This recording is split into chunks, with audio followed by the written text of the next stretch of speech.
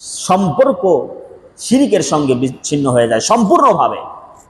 এই জন্য 1 নাম্বার, শিরিকের সঙ্গে কখনো আমরা শরীকে মুবতলা হব না, শিরিকের সঙ্গে আমরা কখনো সম্পর্ক স্থাপন করব না। শিরিক থেকে আমাদেরকে বিরত থাকতে হবে।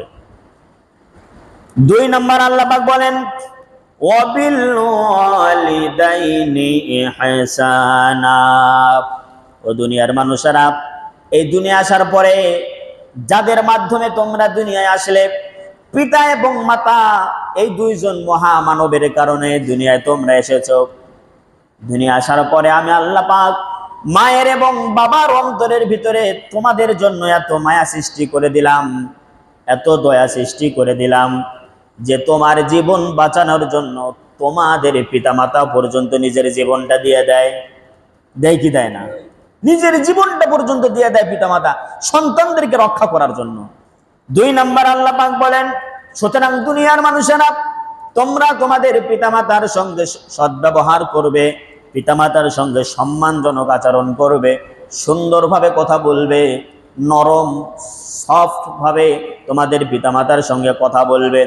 আল্লাহ পাক কোরআনুল কারীমের অন্যত্রভাবে বলেন ওয়াকাদা রাব্বুকা আল্লা তা'বুদু ইল্লা ইয়্যাহু ওয়া বিল ওয়ালিদাইনি ইহসানা ইম্মা ইয়াবলুগান্না 'ইনদাকাল কিবারা আহাদুহুমা আও কিলাহুমা ফালা তাকুল লাহুমা উফফিন ওয়া লা তানহারহুমা ওয়া কুল লাহুমা কাওলান কারীমা।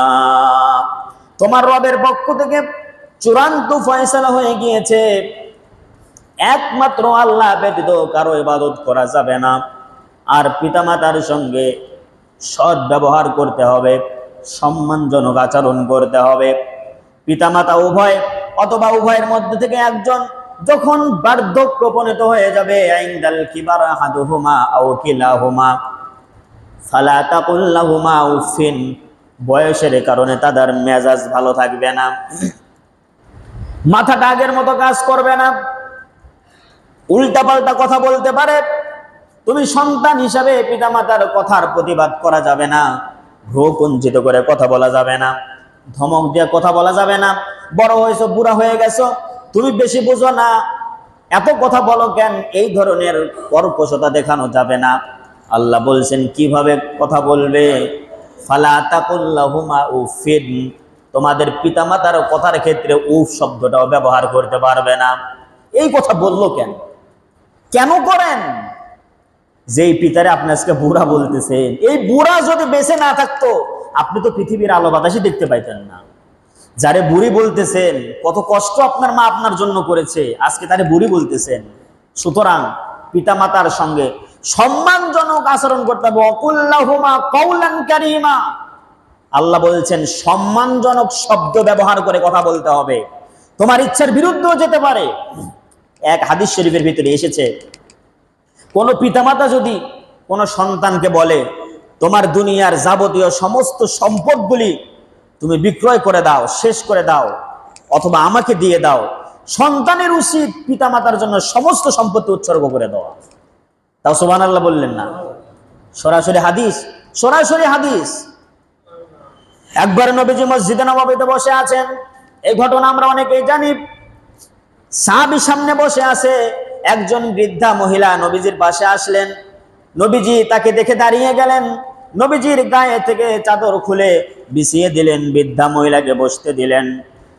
নবীজির সঙ্গে নবীজির চাদরের উপরে বসে কিছুক্ষণ কথা বললেন, কথা বলার পরে যখন চলে যাবে আবার নবীজি দাঁড়ালেন, বৃদ্ধা মহিলাকে একটু এগিয়ে দিয়ে আসলেন।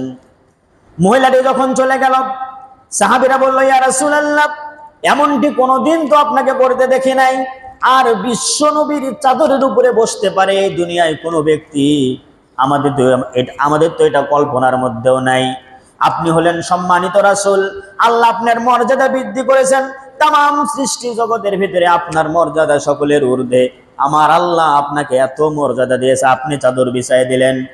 আল্লাহর নবী বলেন, ও আমার সাহাবীরা, আমি হলাম এতিম মানুষ, আমার কিসমতে পিতা মায়ের দুধ কপালে জুটে নাই, আমি যার বুকের দুগ্ধ পান করে করে বড় হয়েছি তিনি হচ্ছেন আমার এই দুদুমা হালিমাতুস সাদিয়া। বলুন সুবহানাল্লাহ। নবীজি কেমন ব্যবহার করলেন, একজন বৃদ্ধা মহিলার সঙ্গে নিজের শরীরের চাদর বিছিয়ে দিলেন। নবীজের চাদরের উপরে বসতে পারে এমন দুঃসাহস পৃথিবীর কারো আছে? কথা বলেন ভাই, আছে? কোনোদিন নাই। যার চেহারার সঙ্গে, যার হাতের সঙ্গে হাত মিলালে যে হাত মিলবে ওই হাত জাহান্নামের আগুন স্পর্শ করবে না, যার শরীর জাহান্নামে স্পর্শ করবে না। জাহান্নামীদের মধ্যে সর্বনিম্ন মানের শাস্তি হবে কার? নবীজির চাচা আবু তালেবের। কারণটা কি? তার ছোট্ট ছেলে আলী রাদিয়াল্লাহু তাআলা আনহু, তাকে আলাদা বিছানায় রেখে, তার পার্শ্বে রেখে বিশ্বনবী মুহাম্মদ রাসূলুল্লাহকে কলিজার উপরে রেখে সারা রাত কাটিয়ে দিয়েছে আবু তালেব। সুবহানাল্লাহ।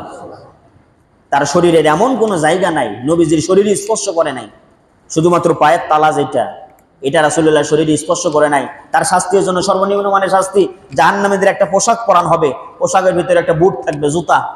এই জুতাটা শুধুমাত্র আবু তালেবকে পরানো হবে। আর এই জুতা পরার কারণে মাথার মগজগুলি টকবক করে, ভাতের ভিতরে যেমনি ভাবে বলক ওঠে, টকবক করে করে দুই কান দিয়ে গলে গলে বের হয়ে যাবে। বলুন নাউযুবিল্লাহ মিন যালিক। এটা জাহান্নামীদের সর্বনিম্ন স্তরের শাস্তি। এই বিশ্ব নবী তার দুদুমা হালিমাতুস সাদিয়ার জন্য নিজের শরীরের চাদর বিছিয়ে দিলেন। এই জন্য আল্লাহ পাক বলেন ওয়াবিল ওয়ালিদাইনি ইহসানা, পিতামাতার সঙ্গে সম্মানজনক ব্যবহার করতে হবে। সুতরাং কলিজার টুকরা যুবকেরা, যারা আমার কথা আজকে শুনছো, ভবিষ্যতে যারা শুনবে, নেটের মাধ্যমে গোটা দুনিয়ার মানুষ আমার এই আলোচনা দেখতে পাবে, তাদেরকে অনুরোধ করে বলবো, পৃথিবীতে যদি কল্যাণ পেতে চান, সমস্ত মানুষদেরকে বলবো, পৃথিবী যদি উন্নতি করতে চান, পৃথিবীতে যদি মাথা উঁচু করে দাঁড়াতে চান, রিজিকের প্রশস্ততা যদি চান, মানুষের কাছে যদি হাত না পাততে চান, খবরদার পিতামাতার সঙ্গে সম্মানজনক আচরণ করবেন, বেয়াদবি করবেন না। কোনো ব্যক্তি যদি বেয়াদবি করে, কোনো সন্তান যদি বেয়াদবি করে, এই বেয়াদবি করার কারণে আল্লাহ পাক তার রিজিকের বরকত উঠায় নেয়। ও যদি মাসে 1 লক্ষ টাকা ইনকাম করে, মাস শেষে ব্যয়ের খাতা দেখলে দেখা যাবে 1,20,000 টাকা ব্যয় হয়েছে, বরকত থাকবে না। 1 লক্ষ টাকা ইনকাম করলেও মাসে যে 20,000 টাকা তার ডিউ থাকবে, ও বিটতে লেগে যাবে, বরকত থাকবে না। আর কোন ব্যক্তি যদি পিতা মাতাকে যদি সম্মানজনক ব্যবহার দেখাতে পারে, পিতা মাতার সঙ্গে যদি সৎ ব্যবহার করতে পারে, ওই ব্যক্তিকে আল্লাহ পাক রব্বুল আলামিন এই দুনিয়ায় তার হাতের এবং মুখের ভিতরে এত বরকত দিবে, তার মুখ দিয়ে যেই কথা বলবে আল্লাহর দরবারে তা মঞ্জুর হবে। আর ওই হাত যেই কাজে লাগাবে সেই কাজটা আল্লাহ পাক বরকত দিয়ে ভরপুর করে দেবে। বলুন সুবহানাল্লাহ। সুতরাং এই